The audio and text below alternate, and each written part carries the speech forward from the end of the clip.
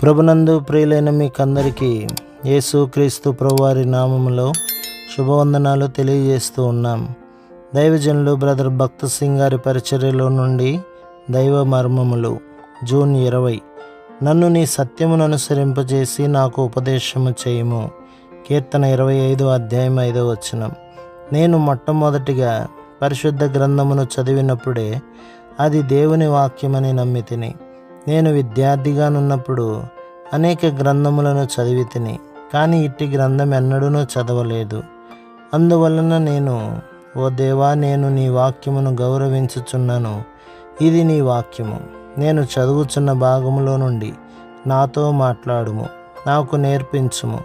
ప్రభువా, ఇందులో వ్రాయబడినవి నేను గ్రహించలేనప్పటికీ ఇది నీ వాక్యమేనని నేను నమ్ముదును. ఓ దేవా, నీ సమయములో నీ వాక్య భావమును నాకు వివరించుము. ఇప్పుడైనను సరే, లేక 2 సంవత్సరముల తర్వాత అయినను సరే, నీవే నాకు విశదీకరించుము. నేను నిన్ను విసిగించను. నా అనుదిన అవసరతను బట్టి నాతో మాట్లాడుము అని ప్రార్థించితిని. అప్పటి నుండి దేవుని వెలుగు నాలో అంతకంతకు ప్రకాశించుటకు ప్రారంభించెను. ఒకవైపు నా అంతరంగ చెడు స్థితిని నేను గుర్తెరిగి తిని, రెండో వైపు నన్ను క్షమించి శుద్ధి చేయుటకు ఆయన అపారమైన కృపను నా అనుదిన అవసరతల నిమిత్తమై ఆయన చేసిన ఏర్పాటును కనుగొంటిని.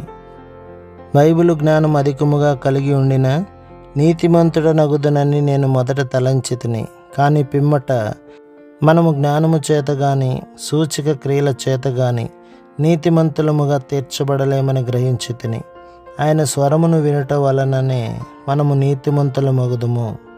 రాత్రి పడకకు వెళ్ళకముందు ఈ విధముగా ప్రార్థించుచుంటిని. ఓ దేవా, ఈ దినమున నేను నిన్ను సంతోషపెట్టి తినా?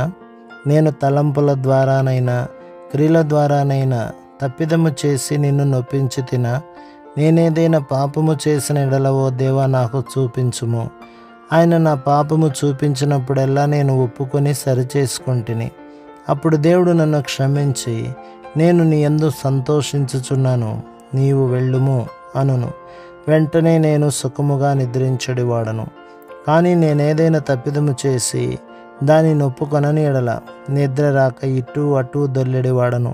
చివరకు మోకరించి, ప్రభువా, నేను పాపము చేసి తిని నిన్ను నొప్పించి తిని, నన్ను క్షమించుము.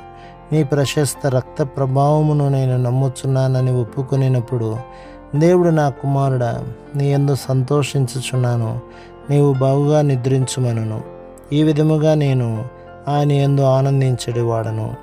ప్రభు మిమ్మును, మీ కుటుంబమును, మీ సంఘమును దీవించి ఆశీర్వదించునుగాక. ఆమేన్.